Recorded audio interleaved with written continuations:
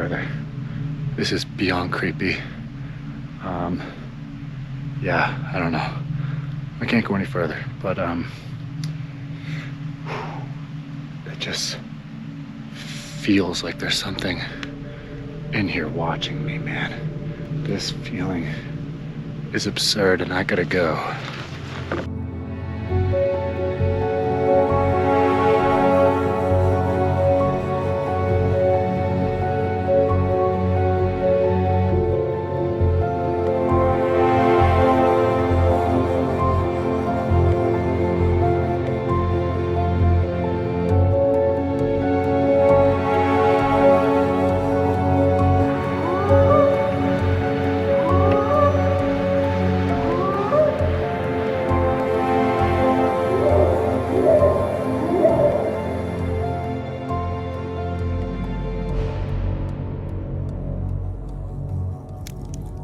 Chills for an hour.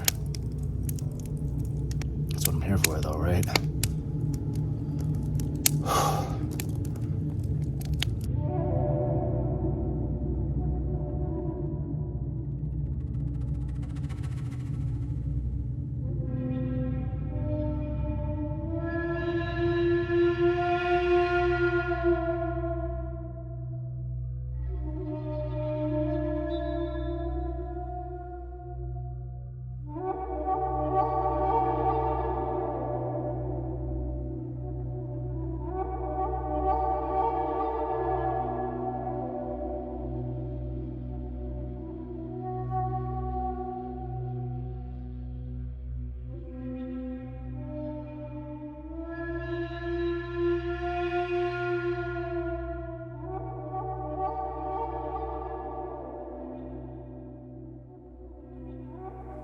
I hear the brush popping and stuff.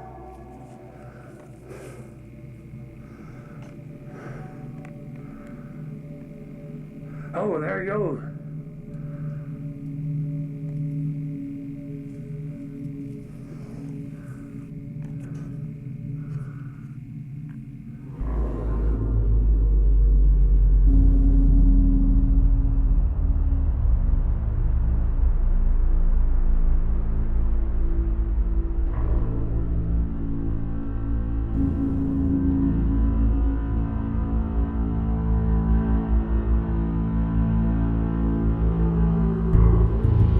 Paul Freeman got that footage. It wasn't like he had just come up here and was the luckiest guy in the world and shot once in a lifetime evidence of Bigfoot. He actually was a patrolman for years, and one day he had an experience up here where he saw a Bigfoot creature.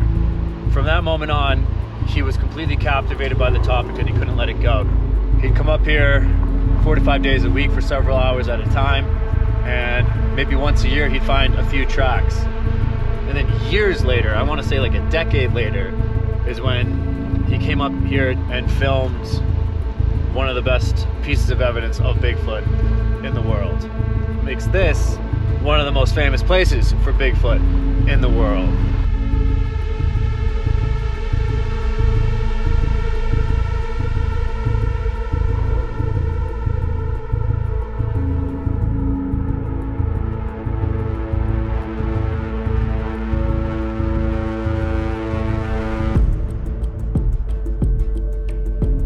So I'm at the location where it was shot.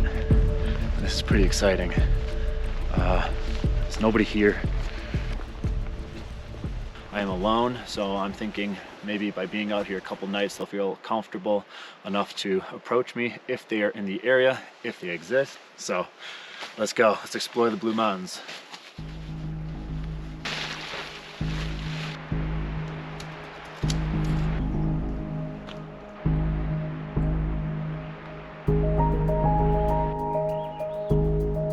It's a really windy day. So even if a tree comes down, I can write it off as wind.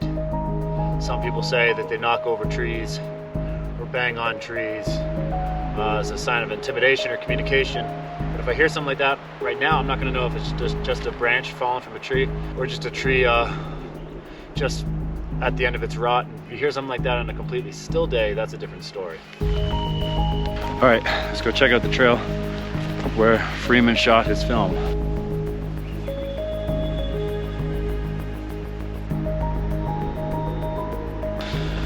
when Paul Freeman was back here studying this area of the Blue Mountains with a few other guys, they were finding tracks, not often, but coming out here every day for hours, and they might find a few tracks a year. And if you watch that full footage, he's following a trackway. That's why he's filming when it walks out. Otherwise, the chances of you just randomly happening to be filming in time for something that steps in front of your camera for 2 seconds is it's pretty impossible. It's honestly pretty creepy being right on the trail where this Sasquatch supposedly was filmed, and I'm here just all alone at dusk. Whoo, baby. If I saw something, I would absolutely freak. No, I have to think, if this species is still around, this is one of the places in North America that is perfect for them to remain hidden. Eastern Washington, Blue Mountains, it's just not one of those national park areas. These really squatchy areas never seem to be like the national parks. They always are the remote forests outside the national parks that are rarely visited by people. And I think for the most part, other than locals, using this trail as a dirt bike trail, this isn't some tourist destination. Nobody comes out here.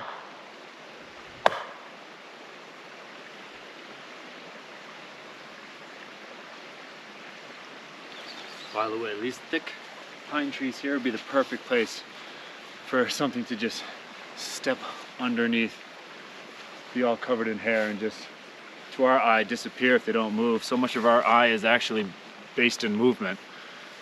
I know as someone who's constantly backpacking, surrounded by wildlife, looking for wildlife, going up looking for moose in New Hampshire for hours on end, and you're only seeing them because they move through the forest, especially at dusk, dawn, and in the middle of the night.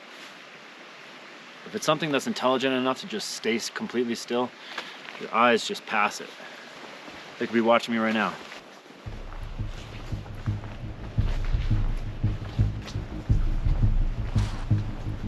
Some of the stories you hear from people are of them seeing something just peeking out from behind a tree and then back. And then maybe peeking out from behind the tree and looking at them and then peeking back, hiding behind the tree. I mean, to me, not only does that sound creepy and cool, but it also just kind of sounds like it would be something to occur. The whole topic to me, I think the number one reason why I lean towards it being real is because I can just see it being real. It makes sense.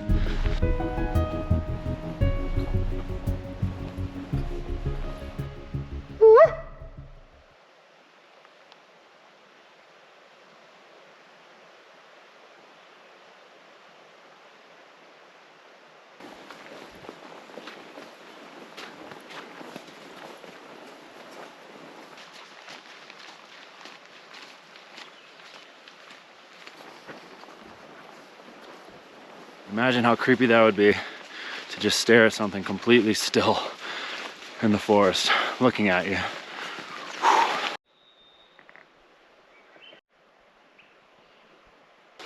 A lot of people talk about how creepy it is to do things like this alone, or maybe just what a straight up bad idea it is to do these things alone. It's not the best idea, I'll admit that for sure.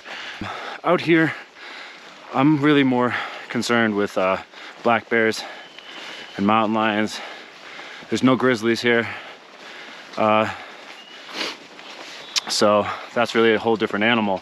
Black bears have bear spray, which I usually reserve for grizzlies, but I just knew I'd be out here alone, and if you run into a black bear on the trail, you want to hold your ground, never turn around, and talk confidently to the bear.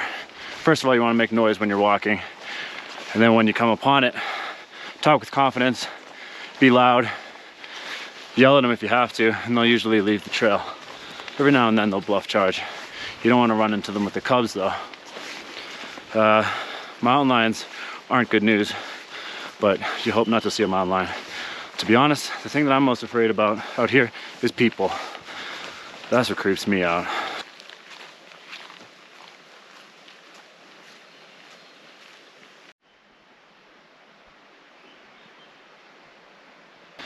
This trail just feels a certain way. It feels like a trail that you just kind of want to leave, even though that was beautiful. But you just get this eerie feeling on it. It's tough to explain.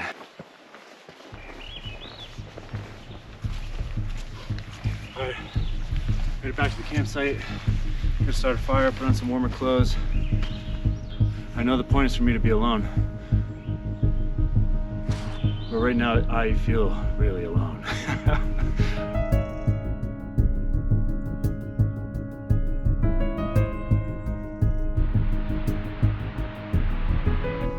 So now it's that time of day where you just sit by the fire and wait.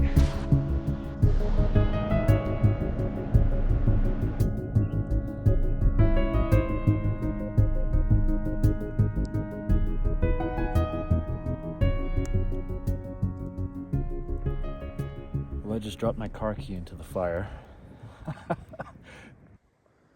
Well, this is the type of place where you can't stop looking in back of you because you just get that paranoid feeling.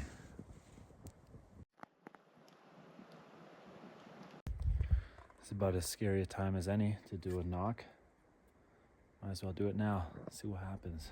Hopefully I don't hear anything back.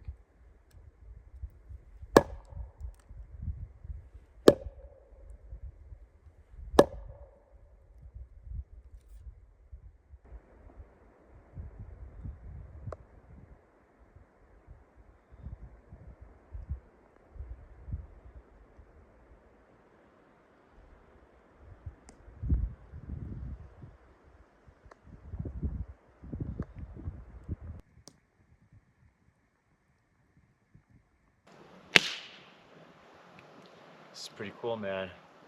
Having a beer by the campfire at the Paul Freeman site. I just know from driving up into these hills on that dirt road, there was nobody up here for miles and miles and miles. And then I got here to the trailhead and there's also nobody here in an already remote wilderness in the heart of Bigfoot country. Man, if you're into Bigfoot, this is it.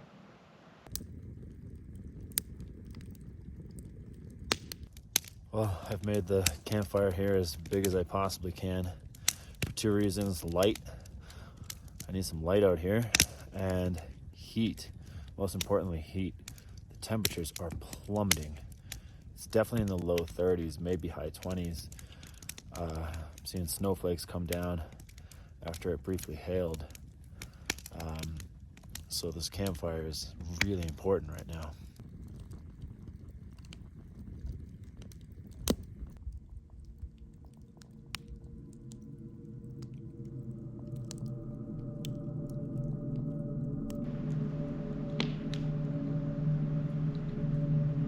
Just starting to get massively creeped out here.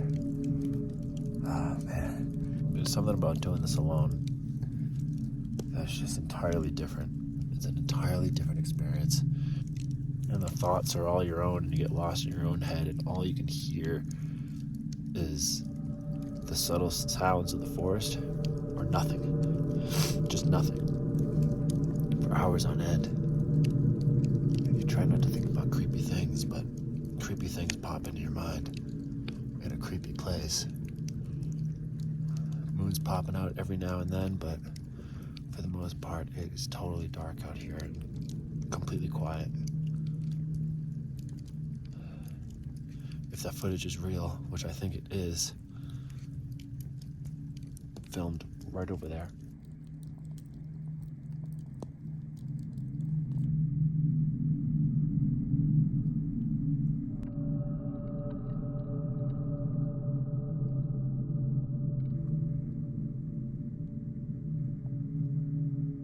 Well, I just did a couple knocks. It's about 1 a.m., 24 degrees. This is the time you run into Sasquatch, man.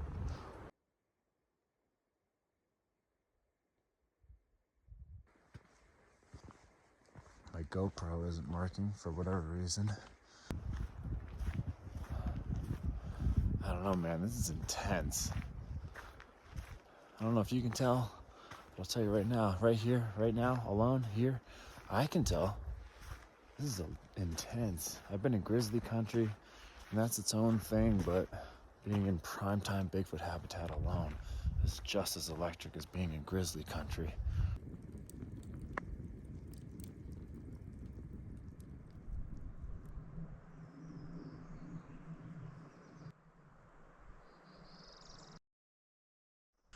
All right, good morning. Just woke up. It was a quiet night. It was a peaceful night. Thank God, right? Because I'll tell you what, it is totally different out here during the day than it is at night. It got really creepy by the fire last night. And then when I woke up this morning, sun's out, birds chirping. It's not so bad.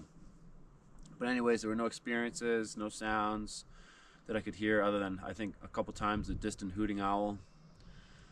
So I'm gonna have some coffee, and then it's time to explore the area a little bit more.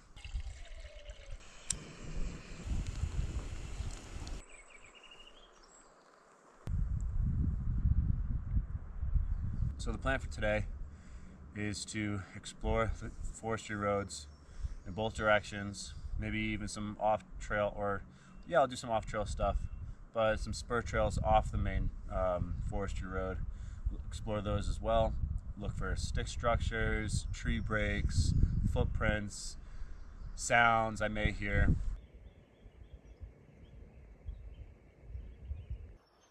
So there have been times when I just haven't talked about it, but it sounds like, you know, I don't know if I'm just hearing things, but it sounds like I'm hearing people talking.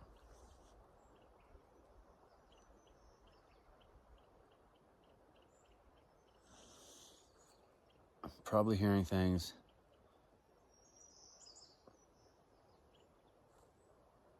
But I'll tell you what.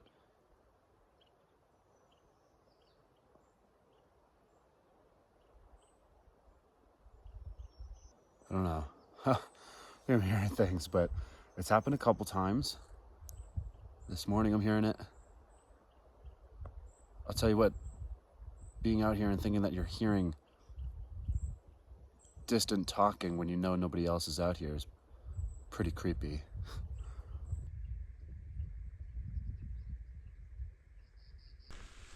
So, in the Freeman footage, some think that it bends down and picks something up. And they think that that is an infant or a younger one. Now, a lot of times with photographic evidence, people think that younger ones are involved. And it's interesting, in the Patterson film and the Freeman film, the two clearest images of Sasquatch to me, it involves young ones. Now, what's interesting is, I think it's antelope in Africa, certain ground birds do this as well. If their young one is too incapable of defending itself, outrunning something, usually they stay hidden. Just stay hidden. So you'll see like the infant antelope just completely still in tall grass, and there's lions nearby. When the lions move in, the thing doesn't take off running. It stays completely still, and then oftentimes the mother will lead the predators further away from its baby. They'll leave their infant, actually. I don't know if that's what, you know, Bigfoot would do, but it could make sense to me to basically take your eyes away. I think that's what was happening in the Patterson-Gimlin film, and there was an infant involved in the Freeman footage as well. So I would assume the older ones, you know, they grow accustomed to what to do, how to stay hidden, what to do around humans. But the young ones probably are just learning and figuring things out. So I think it's usually a situation where if someone has an experience, there's probably a young one involved, because they maybe they mess up.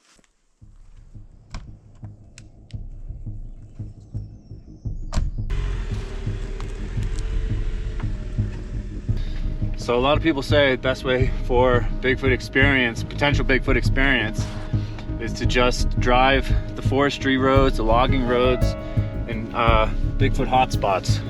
So that's what I'm gonna do. I'll do some hiking as well and see what happens.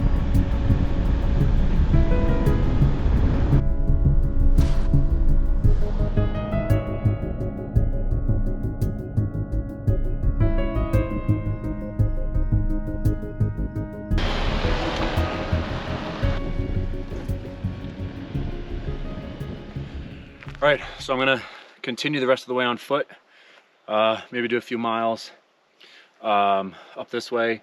It's worth noting that this entire section of the forest on this side of the road is a watershed, so people aren't legally allowed in that area. So what a great place for something to hide. But yeah, I'm excited to be out here, man. This is what it's all about. It's time to do some squatching. Let's go.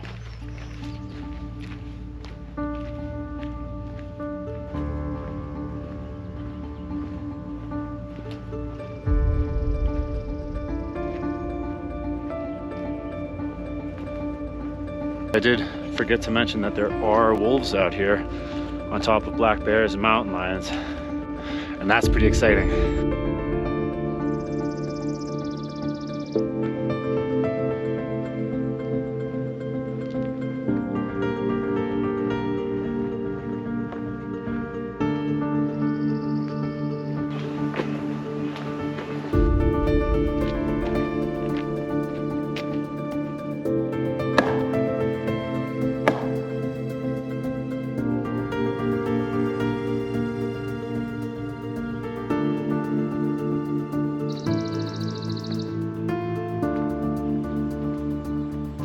Follow my channel at all, you know I'm hiking and backpacking all the time. Made one Bigfoot video last year in California, and I had the time of my life out there, so wanted to do it again. And why not? I'm into the Bigfoot stuff, I'm into hiking, I'm into camping, I'm obsessed with wildlife. So why not make more of this stuff? It's super fun to be out here.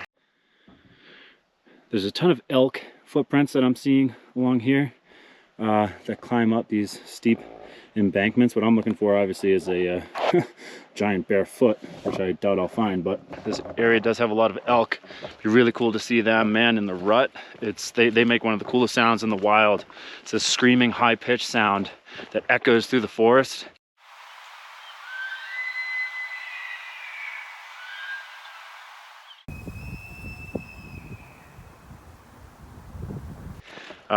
So if you're backpacking in autumn where there's elk, man, it's the coolest thing in the world. It sounds like Jurassic Park, because that's actually the sounds that they used when filming Jurassic Park to emulate certain dinosaur sounds.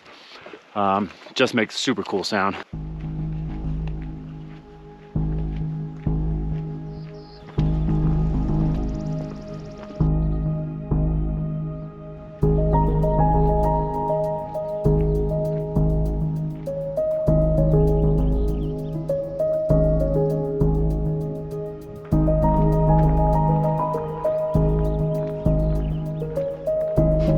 Alright, I've left the main road there and just on this little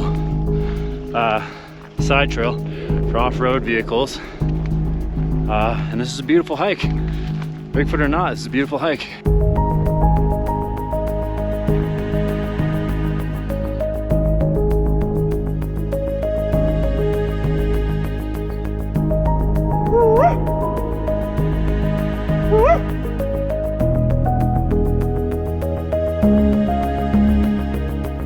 Expansive rolling hills and mountains for miles in every direction. This is perfect terrain for something big, smart, and elusive. It might be like a seasonal thing, like now some think that they move in and out of certain areas depending on the season.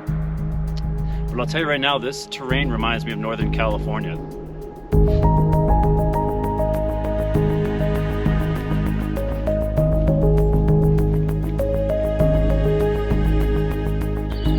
Okay, these are very large impressions, especially that one back there. Here's my boot, that's size 13. Maybe that's a couple animal tracks stacked on top of each other. Next step looks to be down here. I mean, that might be elk that slipped. They It's just a really big impression and a big distance in between these tracks. Chances are that's an elk, or I should say the chances of it being Bigfoot are slim, and the chances of it being anything other than Bigfoot are extreme. You know, I'm not seeing any tree breaks. What I mean by that are just a straight up tree that goes about halfway and then looks like it's cleanly snapped. I'm not seeing that at all, whereas in Bluff Creek I saw a ton of them, and they're all strangely facing the same way. Obviously could have been natural. I'm just pointing out I'm not seeing them here. I don't know if that means there's no Bigfoot here or if they just don't do that here. I will say these trees are not really suitable for snapping in half. It's a pretty open forest, and the trees that are here are pretty thick.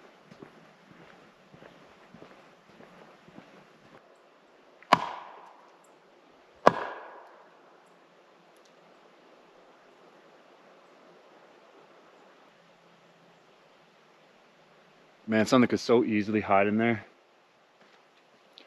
20 feet into these woods, I wouldn't be able to see a human hiding.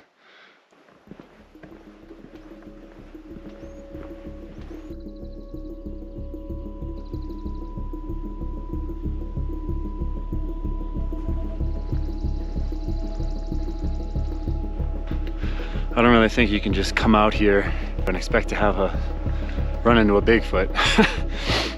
I think it's like going into the Congo for the first time and expecting to find a mountain gorilla with no idea where to go other than, you know, one word of mouth. No, people go looking for gorillas, they have a guide who have a relationship with the gorillas.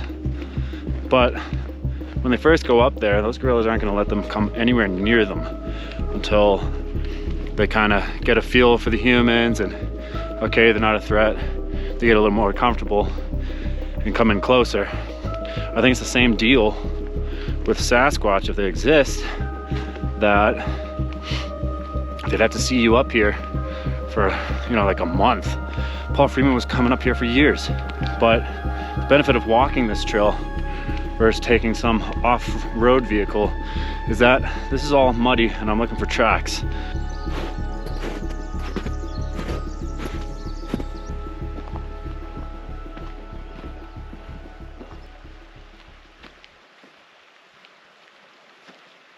Alright, it's about as far as I'm gonna go. I took an offshoot trail off that road. Just gonna hang out here for a bit. Just chill. Maybe something will come in close.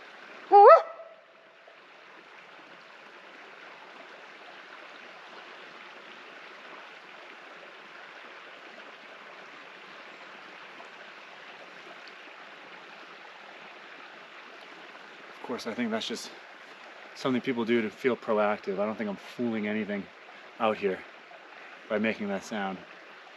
Maybe, if anything, I'll just get one that's curious or a young one maybe answers back for some reason. Then maybe a slap across the wrist by its family.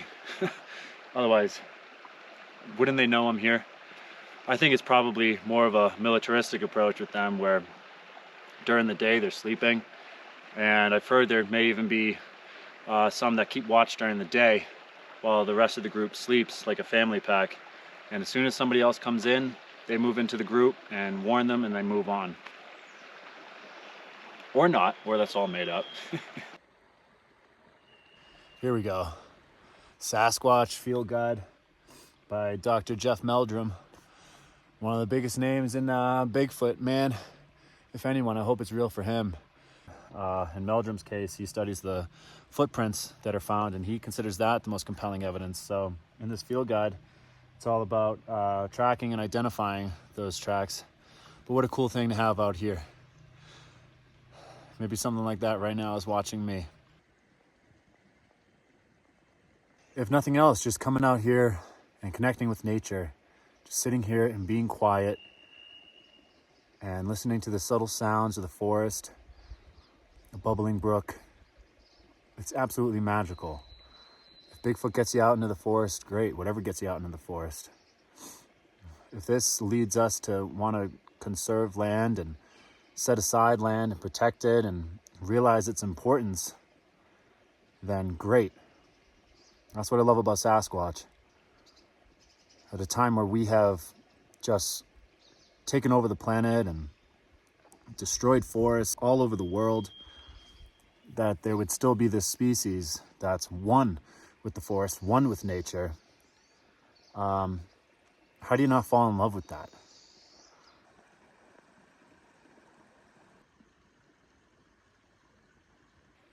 It's starting to get creepy. I think just sitting here alone for a bit, it heightens your senses. And I think that's what this is all about. It's about quieting your volume. We're such a loud species. Sit in the woods, be incredibly still in Sasquatch habitat, and just calm down and heighten your normally suppressed senses. I'm a believer that we all have a sixth sense, and we just don't tap into it. A psychic once told me that we all have this sixth sense, and the thing that differentiates psychics or people who have this sixth sense versus those who don't is that they just simply tap into it, and they do that by accepting something that we commonly reject. Whenever something happens, you think you saw something, you think you saw a ghost, the subconscious mind immediately rejects it. It's a defense mechanism. Nope, you didn't see that. Nope. She says that there is something there. You did see something, and you protected yourself. Those who experience this type of stuff have a willingness to not immediately reject that, not subconsciously reject it. Be open to a spiritual realm, be open to whatever it is that's going on, and then they experience stuff. I have to admit, being out here, I don't know how much I do want to open myself up, because it's pretty scary. And I think most of the world can relate with that. They don't want to open themselves up. They want to feel safe. Now, that's more of a spiritual thing and a ghost thing, but maybe this whole sixth sense approach, maybe that does relate to Bigfoot. I don't know. I approach it from a biological aspect, and I assume that this is a real species that is biological and not some spiritual connection, because I just don't think you can solve one mystery with an even bigger mystery. It doesn't mean that it's not the case, though. Maybe it is. But if it's a spiritual thing, we will never have proof. My God.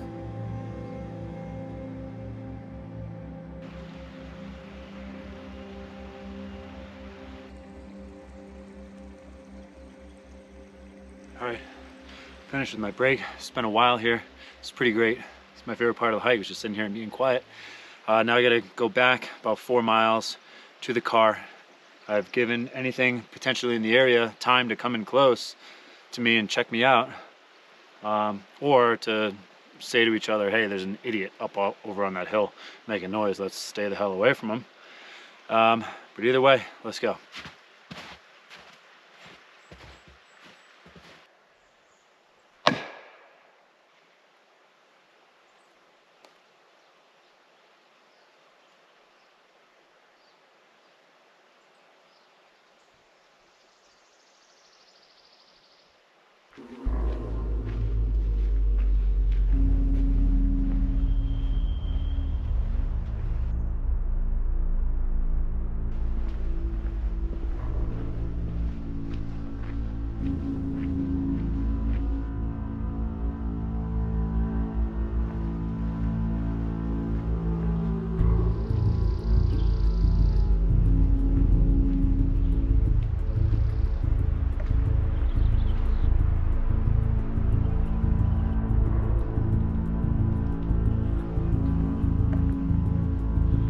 Well, I have a long ways to go.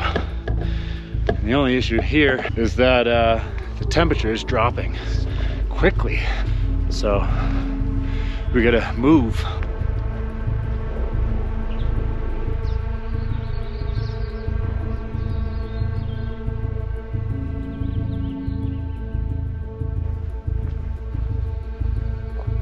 With this being a place with a healthy population of black bears, mountain lions, and wolves, you have to think that just from a food standpoint, this would be good enough for Sasquatch species to exist. If it's got enough for black bears, could do the same for a Sasquatch, because you gotta think a big black bear would be about 400 pounds. And it's remote enough to still have wolves.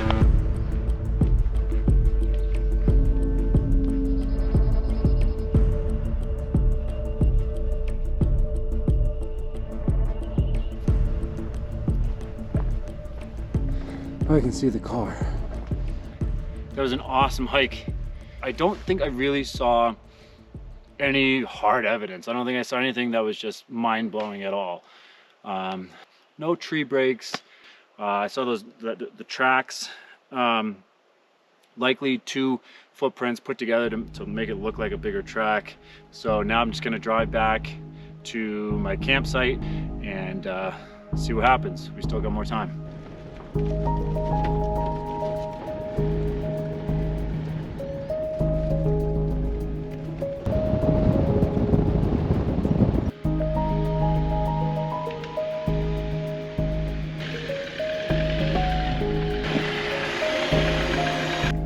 Alright, I'm back at my campsite here. Gonna get a fire going. I don't think there's anybody else up in these mountains, so things could get creepy.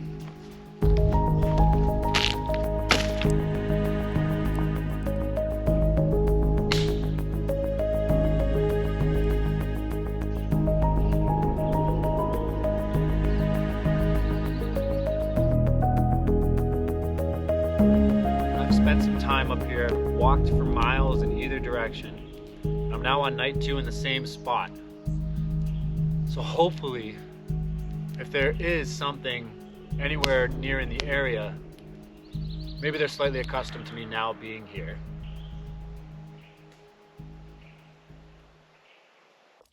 Beef jerky. Pretty sure that's dangerous to be eating in Sasquatch country. I just heard the strangest bird sound. If it was the middle of the night, that would have scared the crap out of me.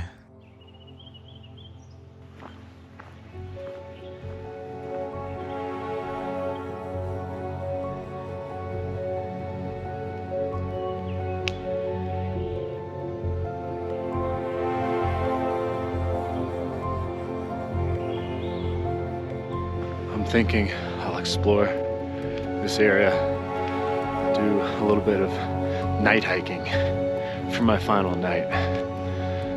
Should be creepy.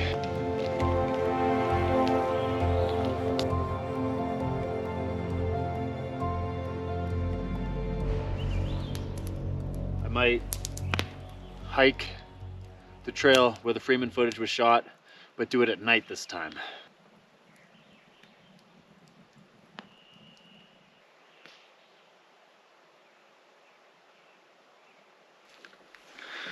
They say to hike forestry roads at night in Sasquatch habitat if you want to have an experience. Well, how about hiking the trail of the Freeman film site at night?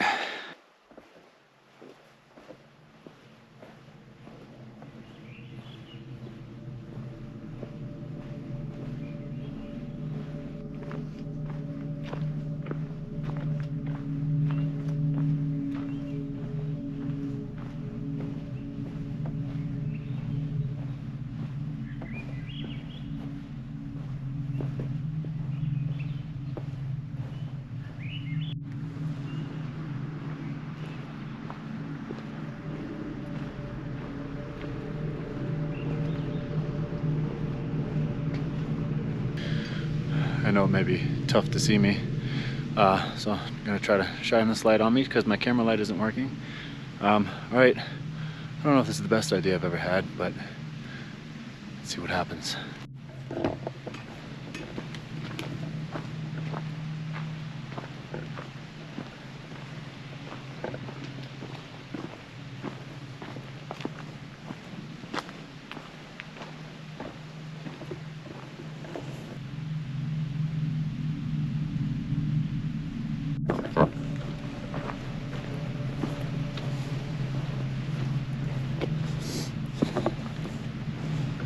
This is pretty scary.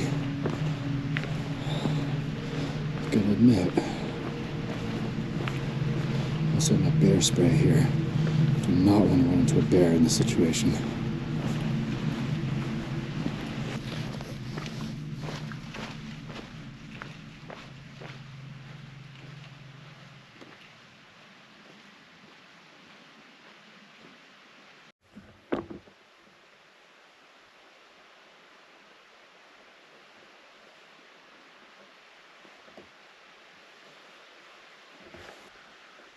Alright, well, I have to admit, this is about the creepiest thing I've ever done.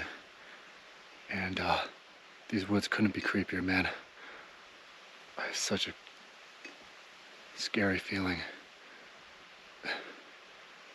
It just feels like something is watching you here. It really does.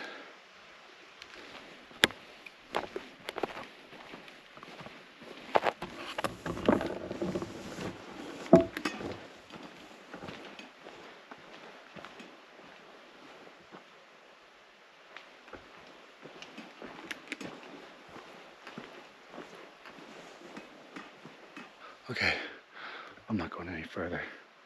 This is beyond creepy. Yeah, I don't know. I can't go any further, but it just feels like there's something in here watching me, man.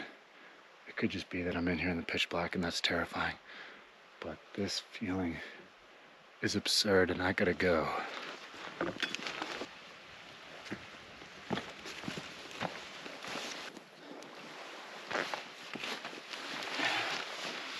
Okay, I just got back to the fire. That immediately got beyond terrifying the moment I set foot onto the trail. And it just became like a confined space walking down that narrow trail where that footage was shot. I kind of stayed strong for a while and kept going. And then I just couldn't take it anymore. It's just overwhelming fear that I still have. It's like I was turning around every 2 seconds, checking behind me, and then all the way up here to the fire. It's just, I'm still so freaking creeped out from that, man.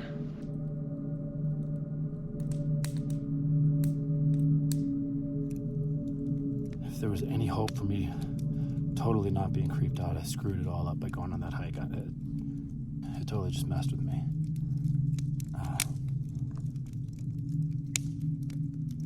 Coming back from the trail, oh man, chills the whole way. I was overwhelmed. I've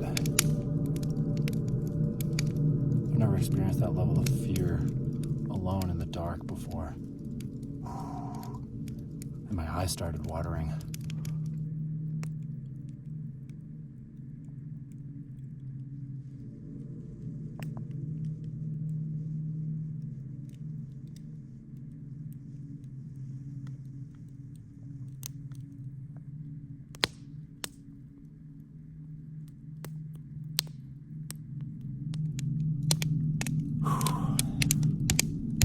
I've never really been this creeped out camping before. Part of me is like, I'm just lighting as bright a fire as I can. Because I just can't overcome the chills. I've had chills. It's not because I'm cold. I've had chills for an hour. Feelings aren't facts, I know that. But I'm overwhelmingly creeped out. And I backpack alone all the time. There's something about these woods, there's something about this area, there's something about tonight. Maybe it's the fact that I'm here on my second night. And it's just dead quiet. That's what I'm here for though, right?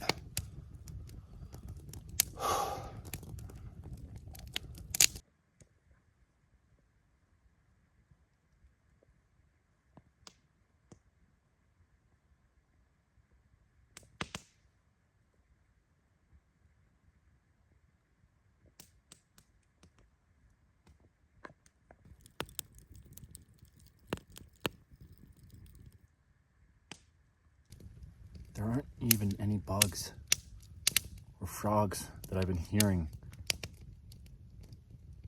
Last night, today, no birds, no sounds, nothing. There's not a sound. Oh man, you can't express what this is like to be here right now in this moment and to be me. It's a Sunday night. I get the feeling that anybody who was out in these mountains is now gone, back to their homes,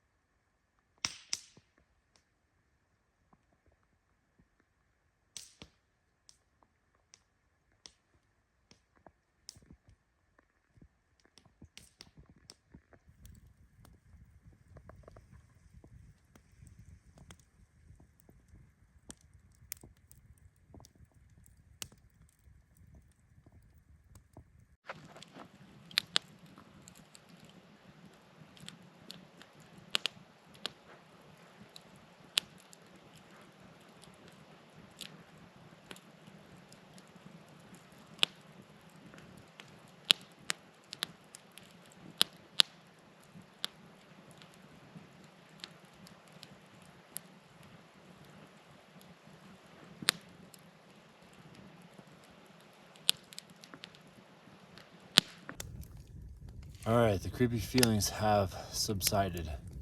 Thank goodness. We got an absolutely huge fire going.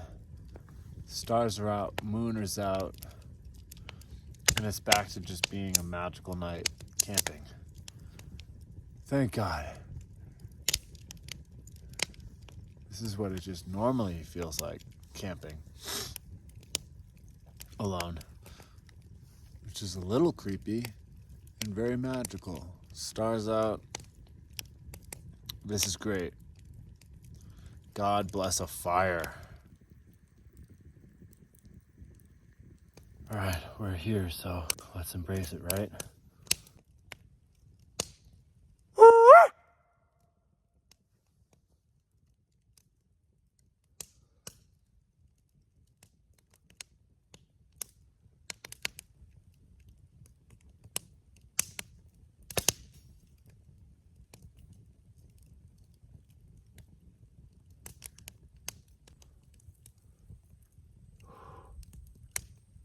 The way that echoed.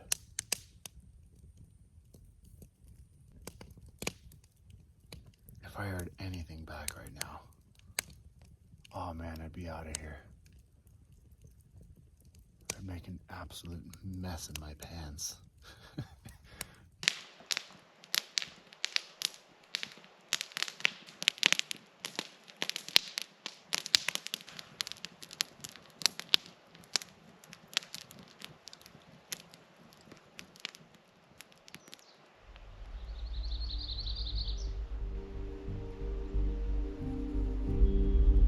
All right, good morning.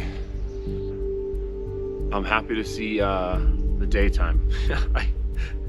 It wasn't too bad late last night, but when I first got to the campfire, after going down the trail where the Freeman footage was shot, going down there into dark last night was petrifying. I was overwhelmed by fear.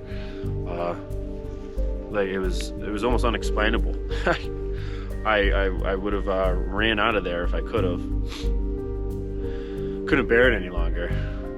I've hiked at night, and this wasn't like any hike I've done at night. And I got back to the campfire, and it just stayed with me for a while. I was pretty creeped out.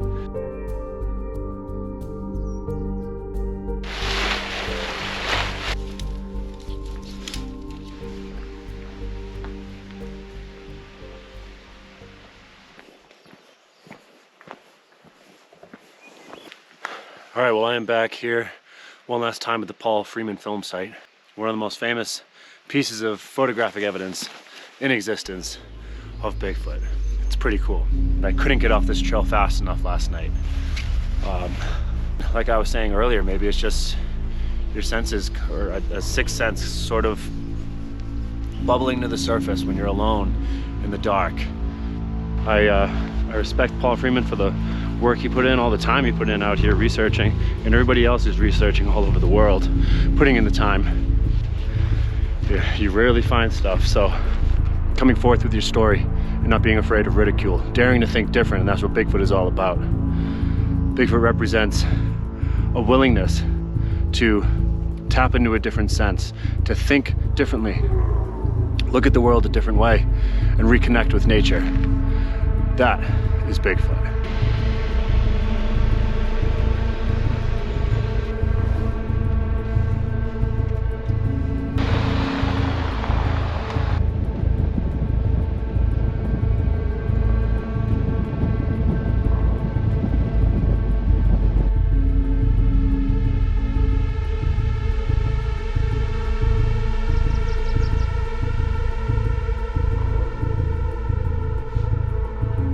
Look around.